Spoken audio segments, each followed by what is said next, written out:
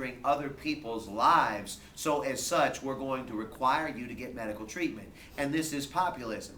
Now, if you remember, we had talked about this within the context of, do I want my tax dollars to pay for somebody else's immoral decisions? We talked about this in the context of, why are we solely blaming the woman? Why are we not also blaming the man? Because the man committed an illegal offense too. Did he get what he deserved? Maybe not what he bargained for, but did he get what he deserved? These were some issues that came up. Some of you just wanted to give her the death penalty, because you basically thought that if she's doing this, she's likely to infect others, which ultimately is giving them potentially a death sentence. Why not do this to her and just end it? But basically the state, in this instance, Amarillo authority, is allowed to basically force this treatment on her. Do you remember the fourth article? And it was silly. Wasn't the bridge. The hugging? The hugging was the one. What state are we in with the hug, Salsa? Fine state of New Jersey. And what is the policy that New Jersey had come up with? 3-second rule for hugging in the hallways. One policy was a 3-second rule for hugging in the hallways, because evidently people were hugging too freaking much. They were making people late for class. They were congesting the hallways. They were causing emotional trauma in some instances for the people that weren't getting hugged. What was the second more extreme policy that they came up with? No hugging. They wanted to ban all hugs, period. And remember, when you think about populists, what are they doing? Populists are saying you can't make decisions for yourself. The government can make better decisions for you. So in TT's case, she, a prostitute, I think there may have been some drugs involved in that, maybe not of the right state of mind. When you think about the newborn is not going to be able to defend itself in that particular instance. And in this one, when you talk about young people going through puberty and hormones and all of these other things, what is likely to happen if you've got all of these free hugs going on? Do you remember some of the hugs that the article mentioned? Yeah, Go ahead, Alpha. A little high five on the air. High five in the air. Right, and also I guess the bag. I don't know exactly how to say The it. thing with the elbows out.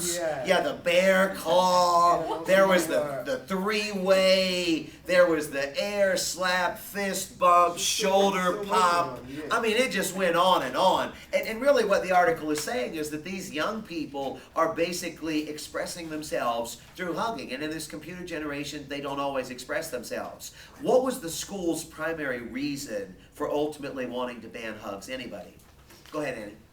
There was an issue with sexual harassment. Sexual harassment. The argument is that if we've got this policy, you're not going to be able to sue us. But in fact, if we've got this policy, you're going to be able to focus on others. And I think I had mentioned to you as a former public school teacher, I would not have wanted any role in trying to break these things up, because odds are I might have to put my hands on people, and that probably wouldn't be a good thing as a public school teacher.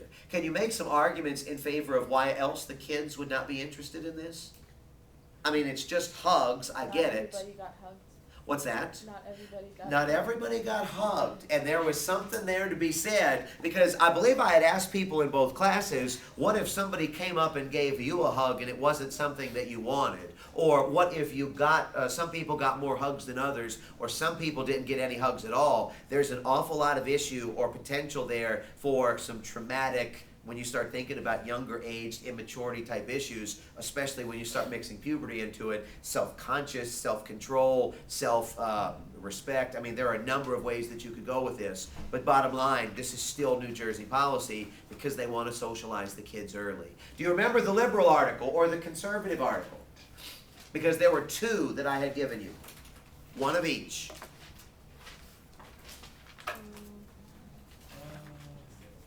The basketball? No? Basketball was feminism. Oh. No, it wasn't the mortgage one about the people getting. Hang on to that one. Hang on to that one. And we'll come back to that in just a second. Go ahead, Annie. Jim Crow? Jim Crow was the conservative law. And if you remember from the chapter said that conservatives believe in conserving or preserving the system as it exists. And Jim Crow laws, what were some of the things that they did in these Jim Crow laws, Annie? Do you remember? Or anybody? North Carolina said that books can only be used by one race. Yeah, Jim Crow laws were basically a way of trying to continue slavery, or at least the slavery culture. So they couldn't bring back slavery, but they could maintain the separation. So if you were a white student, you could only use books that had been previously used by white students. If you were a black or colored student, you could only use books that were by black or colored students. Any others? Anybody? Go ahead, Annie, keep going. Georgia said that if a white or black baseball team are playing, they can't be within 2 blocks of each other. Yeah, if kids are playing baseball, it's not that they couldn't play together. They couldn't play close together. That's how much they regulated it. Because if you see somebody playing ball, if you see somebody playing a sport, or if you just see somebody kicking around a soccer ball and sports aren't involved, you would be inclined to want to go and play or do things. So with this in mind, if you separate them so you can't see or hear them, then that temptation wouldn't be there. Any others? Yes, go ahead, Andy. South Carolina said that if there's a divorce or something, a white child cannot ever be in the custody of someone who's not white. Yeah, a white child could never be in the custody of somebody that was non-white. I believe they had said in there that black males could not cut the hair of a white woman. Because again, there was some mixing that would be involved. You could not shoot pool or billiards together. The idea of sharing a night in a hotel room or these other kinds of things could be punished for both the person that would be white or black. I had given you some examples of if you went through the wrong door at a a hospital emergency room, you would not only not be treated, but you could be punished. I had mentioned to you the idea that if you got buried in the wrong part of the cemetery, they weren't just segregating you while you were alive, they were segregating you after you had passed as well. There would be trouble if you were buried in the wrong race part of the cemetery. This was really deep. Look at that Jim Crow article, because there are a lot of examples of ways that they were trying to conserve or preserve things. The liberal article was actually the one that was dealing with the tunnel. The tunnel article was that one, if you remember, and it was talking about the fault line in California. Take a good look at that. I know we're coming up on time, and I don't want to run too much over, but certainly keep a good look at that. We're in this ideology chapter. We've dealt with liberalism, conservatism. We've dealt with populism as well. Feminism had a series of articles, and maybe take a good look at these. Because we had talked about the Obama basketball article. We had talked about Inez, the Mexican television reporter with the New York Jets. We talked about, gosh, what were the others that we talked about dealing with feminism? Go ahead, enthusiasm. Gender purging from the With language. Sweden, yes, gender purging with Sweden. And if you remember, what was the pronoun that they were talking about in that? Hen. They wanted to call everybody hen. When you get these articles, and you'll notice, and I'll go ahead and just take a look at this right quick here for just a second. When you look at the articles, you're going to notice in here that there were some that we spent more time on than others. And I'll delve into the ideology one here initially. When you look at this, obviously there were 2 Inez articles, and it was the one that kind of dealt with the story. The Inez analysis article was the one, if you remember, that broke down the different interpretations. And that first section from that Inez analysis article was talking about it's her fault. The first section was talking about if you dress a certain way, and the quote that they used from the article is, "You're asking for it." It even started that section of the article by saying she had a smoking hot body that many women would kill for. I'm not being disrespectful as I say this. This is what the article said. This was the context of the debate at that point. The second section, if you go back and you look at that, Ashley Fox, and I focused on this in both classes, said there's 3 simple rules if you want to be taken with credibility as a female reporter. Do you remember what those 3 rules were? Well, one of them was that she needs to be dressed professionally if she wanted to be taken seriously. That is exactly what it was. The first one was don't flirt. That makes sense. The second one was ask knowledgeable questions. That makes sense. And the third one was you need to dress in a professional manner in order to maintain professional respect. And if you remember, a number of those female writers were saying, and they called her in the article a publicity whore. That's what they said in there. They said, listen, you, by doing this, it's not about the harassment. They weren't upset in that regard because they would not blame her for that. But what they're saying is, in terms of the industry, you dressing this way is ultimately bringing all of us down. It's limiting all of our credibilities. And you could go in both directions. And this is kind of a difficult article because on the one hand, you've got the harassment issue, which is a very sensitive one.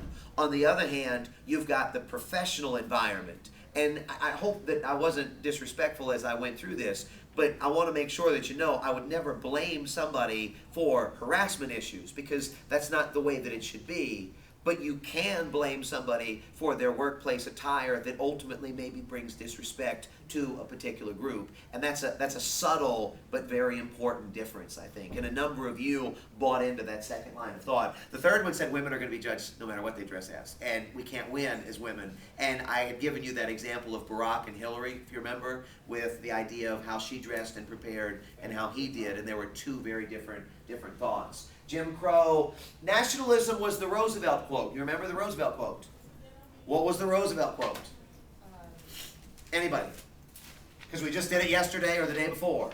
It was about like, if you're gonna come to America, you gotta be American because. Notice how she inflected there. If you're coming to America, you gotta be American. Yeah, so you gotta like speak the language and Yeah. learn our But only- culture, and only otherwise you can get out. Yeah, that's exactly what it was. He's basically saying there's one language, the American language, there's one flag, the American flag, and there's one allegiance, and that is to the American people. And if you don't have this, if you're a hyphenated American, then in fact you're not really an American at all. And if you remember, how did the chapter refer to nationalism?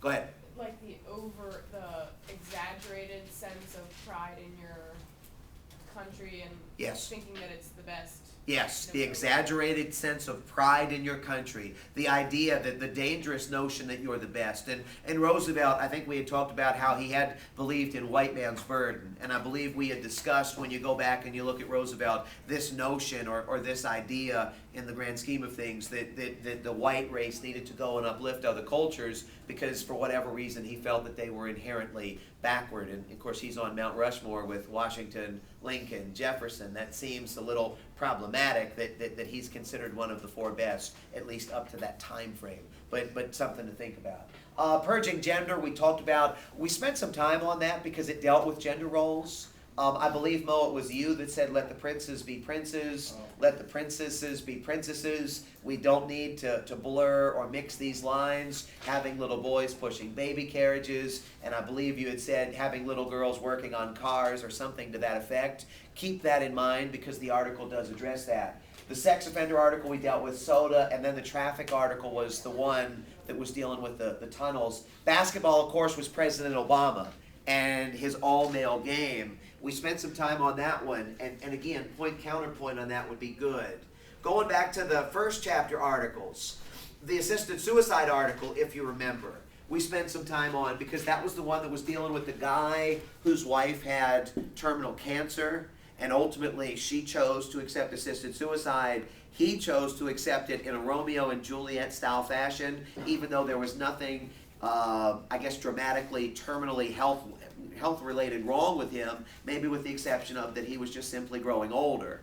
Take a look at that article. The Belgium article was dealing with assisted suicide for kids, and we did not spend as much time on that one. That's probably going to be one that might have the possibility I send you an email and remove, so maybe note that, but I haven't done it yet. The Redskins article was the one that was talking about whether the name change should be required or not, and it was point counterpoint, so make sure that you go through that. Child labor we discussed. Do y'all remember the death panel article?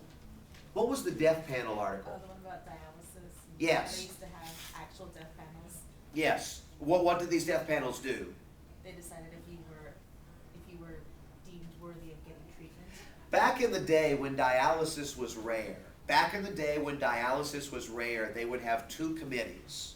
One of the committees would be composed of doctors, and you would look to see if somebody medically could handle a particular treatment. So if you were too old or too young, if you were emotionally unstable, if you had another kind of a health condition, you would be immediately marked off. And there would be a lot of people, or at least a number of people, that would get through this. The second panel was actually considered the quote-unquote God Committee, according to the article, or the death panel. Do you remember who was on the death panel? Who was on this God Committee? Priest. A priest. A businessman. A businessman. A judge also. A what? A lawyer. A lawyer. And a doctor. A doctor. A businessman. prostitute? A businessman. No, prostitutes weren't on there. Oh, And so my this is a what was part of working it. man. A working man. Okay, there was union. Oh. Union was on there. Clergy was on there, religious person. Businessman, doctor, lawyer. Any others that you think of? Did you remember the previous Clergy, yeah. professor? Housewife was on there. I'll go ahead and pull this one up just to give you a good sense of this. Because when you look at this, and this is one that's a little bit on the specific side. And I'll go ahead and zoom this in. Down here it says, it's actually 2 doctors is the 7th one. A pastor, a lawyer, union leader, homemaker, 2 doctors, and a businessman, and they based its selection on an applicant's social worth. What does that mean when they say that they're going to determine that you could get dialysis based on your social work? Either one of you. How much you can put back into society. How much you could put back in society. So can you give me an example of somebody that might have good social worth, an example of somebody that might not?